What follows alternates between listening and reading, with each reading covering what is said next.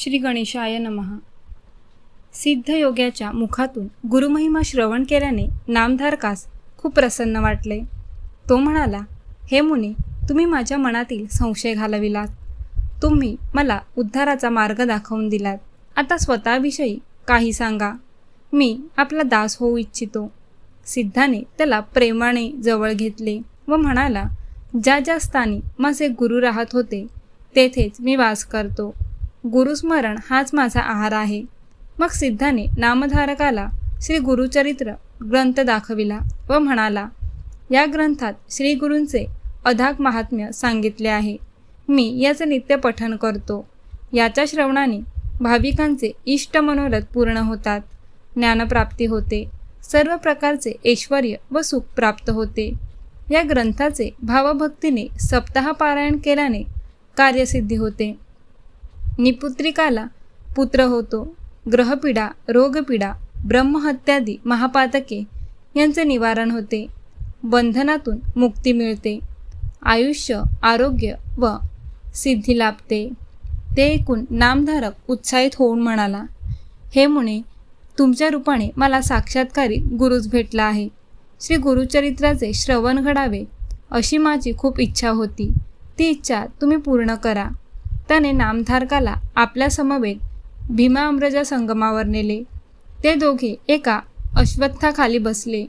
सिद्धयोगी नामधारकास म्हणाला, वत्सा, श्री गुरूंचे दास्य कसे करावे हे तुला माहीत नव्हते, म्हणूनच तुला चिंता व कष्ट भोगावे लागले. नामधारक म्हणाला, मला श्री गुरूंची ओळख पटवून द्या.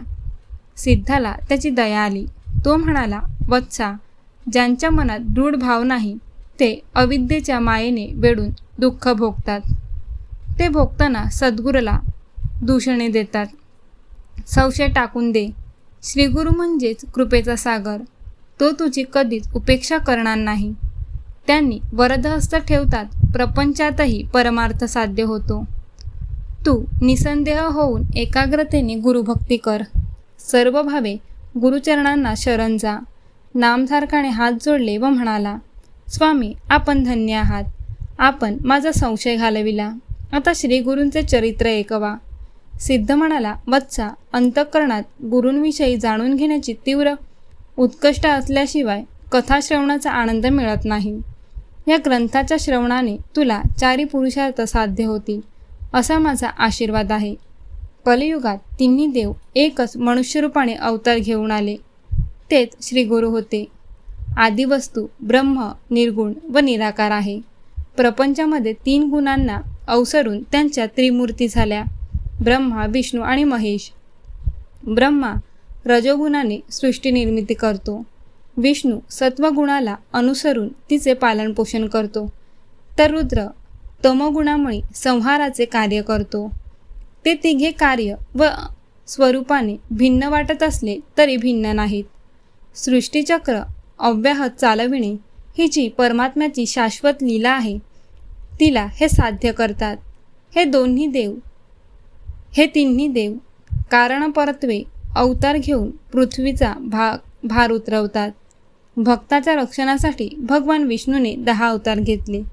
ती कथा अशी आहे. एकादशी ते व्रत करणारा अंबरीश ब्राह्मण सर्व काळ हरिचिंतन करायचा. त्याची व्रतनिष्ठा सर्वश्रुत होती. एकादशी व्रत करणारे द्वादशीला भोजन करतात. त्यावेळी पारणे फेडण्याआधी कोणी अतिथी घरी आल्यास त्याला आधी भोजन देऊन मगच आपण जेवावे असे शास्त्र सांगते. एके दिवशी दुर्वासांनी त्यांची परीक्षा घेण्याचे ठरविले. त्याचे व्रत भंग करण्याच्या उद्देशाने ते द्वादशीला मुद्दामच त्याच्या घरी आले. त्या दिवशी द्वादशी तिथी घटकाभरच होती. पारणे करायचे तर तेवढ्या अवधीत अन्न ग्रहण करणे क्रमप्राप्त होते. अंबरीशाने दुर्वासांचे स्वागत केले. जेवणापूर्वी दुर्वास ऋषी स्नान, देवतार्जनादी नित्य अनुष्ठानासाठी नदीवर जाण्यास निघाले. अंबरीशाने त्यांना आपली अडचण सांगून लवकर येण्याची विनंती केली, पण ते आलेच नाहीत. शेवटी व्रतभंग होऊ नये म्हणून त्याने नुसते तीर्थ घेऊन पारणे केले. दुर्वासांसाठी भोजन तयार करून तो त्यांची वाट पाहू लागला. तेवढ्यात त्यांचे आगमन झाले. अंबरीशाकडे रागाने पाहून ते म्हणाले, दुरात्मा, अतिथीला न घेता भोजन केलेस.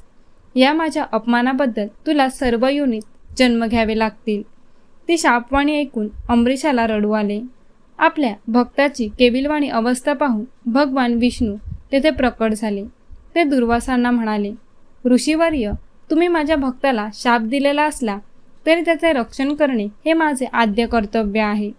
त्याचा शाप मी भोगीन. दुर्वास महाज्ञानी होते. पुढील काळात दुर्जनांना शासन करून भक्तांचा उद्धार करण्यासाठी भगवंताला अवतार घेणे सोयीचे व्हावे म्हणून हा शाप निमित्त होऊ शकतो.